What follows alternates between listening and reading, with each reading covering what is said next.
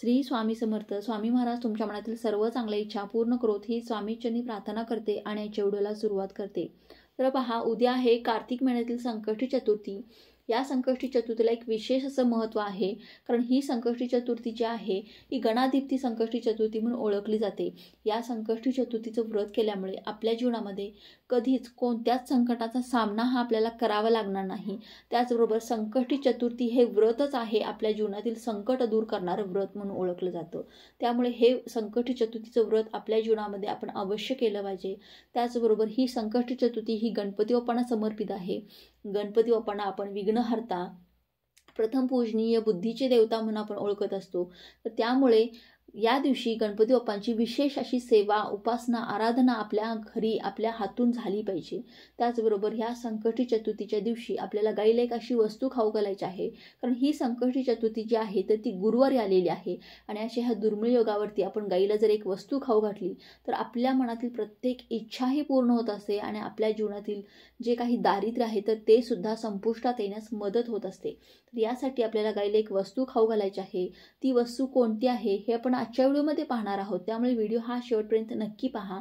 आणि तुम्ही जर माझ्या चॅनेलवरती नवीन असाल तर चॅनेलला नक्की सबस्क्राईब करा आणि व्हिडिओ पाहत असताना कमेंटमध्ये लिहा श्री स्वामी समर्थ आणि सबस्क्राईबच्या बाजूचं बेल आयकॉनलाही प्रेस करायला अजिबात विसरू नका, जेणेकरून असेच धार्मिक व्हिडिओ आपल्यापर्यंत पोहोचतील.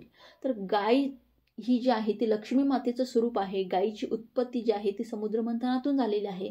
त्याचबरोबर लक्ष्मी मातेची उत्पत्ती सुद्धा ही समुद्र मंथनातूनच झालेली आहे. गाय ही विश्वाची गोमाता मानली जाते. गाय ही जी आहे ती 11 रुद्रांची आई आहे आणि त्याचप्रमाणे 8 वसूंची कन्या देखील आहे आणि 12 आदित्यांची बहीण आहे. त्यामुळे ह्या विशिष्ट तिथींना गाईला आपण काही वस्तू खाऊ घातल्या तर आपल्याला स्वर्गप्राप्ती होते असं मानलं जातं. स्वर्गात जाण्याची शिडी म्हणजे गाय ही मानली जाते आणि म्हणूनच गाय ही स्वर्गात सुद्धा पूजनीय आहे. गायीची सेवा केल्यामुळे आपल्या सर्व मनोकामना ह्या पूर्ण होत असतात आणि याच गायीचे स्थान जे आहे तर ते सर्व देवांपेक्षाही उच्च आहे. आणि म्हणूनच आपल्याला हा उपाय जो आहे तो आपल्याला उद्याच्या दिवशी संकष्टी चतुर्थी दिवशी गायीची सेवा करायची आहे. गायीला काही वस्तू खाऊ घालायच्या आहेत. ह्या वस्तू कोणत्या आहेत तर ते आपण पाहू. आता आपल्याला उद्याच्या दिवशी म्हणजे संकष्टी चतुर्थीच्या दिवशी 21 दुर्वा ज्या आहेत तर त्या 21 दुर्वांची जोडी घ्यायची आहे आणि आपल्याला ह्या 21 दुर्वा ज्या आहेत तर त्या तुपामध्ये बुडवायच्या आहेत आणि 21 दुर्वा तुपामध्ये बुडवून आपल्याला गाईजवळ जायचं आहे. गाईजवळ जाताना आपल्याला एक दिवा, हळदी कुंकू, अक्षता आणि एक फूल घेऊन जायचं आहे आणि तांब्याचा कलश भरून पाणी घेऊन जायचं आहे. गाईजवळ गेल्यानंतर प्रथम आपल्याला गाईला हळदी कुंकू, अक्षता आणि एक फूल सुद्धा अर्पण करायचं आहे. गाईच्या पायावरती पाणी ओतायचं आहे आणि त्यानंतर आपल्याला गाईला प्रदक्षिणा मारायच्या आहेत. 11 प्रदक्षिणा मारायच्या आहेत आपल्याला गाईला आणि ह्या प्रदक्षिणा मारत असताना आपल्याला ओम नमो भगवते वासुदेवाय नमः या मंत्राचा जप करायचा आहे आणि त्यानंतर आपल्याला गाईच्या नमस्कार करायचा आहे, म्हणजे गाईच्या पायाला स्पर्श करायचा आहे. गाईच्या पायाखालची जी माती आहे तर ती आपल्या कपाळावरती लावायची आहे आणि कपाळावरती लावून झाल्यानंतर ह्या तुपात बुडवलेल्या 21 दुर्वा ज्या आहेत त्या आपल्याला गाईला खाऊ घालायच्या आहेत. आणि आपल्या मनातील जी कोणती इच्छा आहे, आपल्या मनातील कोणती कठीणातली कठीण इच्छा आहे, आपलं कोणतं काम रखडलेलं आहे, अडखळलेलं आहे, सर्वात महत्त्वाचं जे काम आहे ते आपलं खूप दिवसापासून होत नाही आहे तर ते आपल्याला गाईला सांगायचं आहे.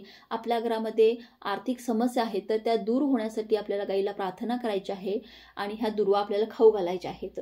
तर ही एक वस्तू आपल्याला गाईला खाऊ घालायची आहे. त्याचबरोबर पहा, आता तुम्हाला दुर्वा जर नाही भेटल्या तर तुम्हाला काय करायचं आहे, चणा डाळ जी आहे तर ती सुद्धा त्या चणा डाळीवरती आपल्याला थोडंसं 1 चमचाभर भिजवलेली चणा डाळ त्यावरती आपल्याला थोडंसं चमचाभर तूप टाकायचं आहे आणि सांगितल्याप्रमाणे तुम्हाला गाईजवळ जाऊन दिव्याने ओवाळायचं आहे. हळदी कुंकू, अक्षता वाहायच्या आहेत, फूल अर्पण करायचं आहे. गाईला प्रदक्षिणा मारून आपल्याला ही जी तूप टाकलेली भिजवलेली चणा डाळ जी आहे तर ती गाईला खाऊ घालायची आहे आणि आपल्याला गाईला प्रार्थना करायची आहे.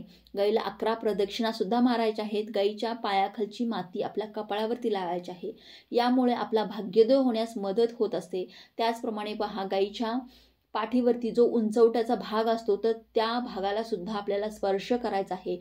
यामुळे सुद्धा आपल्या आयुष्यामध्ये भाग्योदय होण्यास, आपलं नशीब चमकण्यास मदत होत असते. कारण हा जो भाग आहे तो यावरती सूर्यकिरणांचा सूर्यकिरणं एकवटलेली असतात आणि त्यामुळेच गाईचं दूध जे आहे ते थोडंसं पिवळसर प्रमाणात असतं आणि हे अमृता समान असतं गाईचं दूध. त्यामुळे ह्या गाईच्या पाठीवरचा जो उंचवटा भाग आहे तर त्या भागाला सुद्धा आपल्याला स्पर्श करायचा आहे आणि गाईच्या पायाखालची माती जी आहे ती आपल्याला कपाळावरती लावायची आहे. आता हे सर्व करत असताना आपल्याला अगदी जपून करायचं आहे. एखादी गाय आपल्याला मारू शकते, यासाठी आपल्याला ह्या सर्व गोष्टी जपून करायच्या आहेत. आता तुमच्याकडे गाय नसेल तर ह्याच गोष्टी तुम्ही आपल्या घरातील गाय वासरूच्या मूर्तीजवळ हे नैवेद्य म्हणून अर्पण करू शकता. अशा पद्धतीने तुम्हाला जिवंत गाय नाही भेटली तर घरातल्या गाय वासरूला सुद्धा तुम्ही ह्या गोष्टी अर्पण करू शकता. आणि ओम नमो भगवते वासुदेवाय नमः या मंत्राचा जप करू शकता किंवा ओम श्रीं विघ्नहर्ताय नमः या मंत्राचा जप जरी केला तरी सुद्धा चालेल.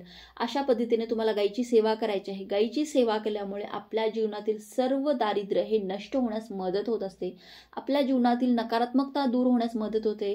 त्याचबरोबर आपल्या घराला जो काही पितृदोष जर लागलेला असेल तर तो सुद्धा दूर होण्यास मदत होत असते. म्हणजे आपल्या घराला शत्रुपीडा, नजरबाधा, जो काही वास्तुदोष आहे तर तो सुद्धा दूर होण्यास मदत होत असते. तुम्ही अनुभव घेऊन पहा आणि गायीची सेवा करून तुम्हाला याचा अनुभव सुद्धा येईल. तर चला, झालेली ही सेवा मी स्वामींच्या चरणी अर्पण करते. व्हिडिओ आवडला असेल तर लाईक, शेअर, सबस्क्राईब करा. भेटूया पुढच्या एका नवीन व्हिडिओमध्ये. तोपर्यंत सर्वांनी आपली काळजी घ्या. श्री स्वामी समर्थ.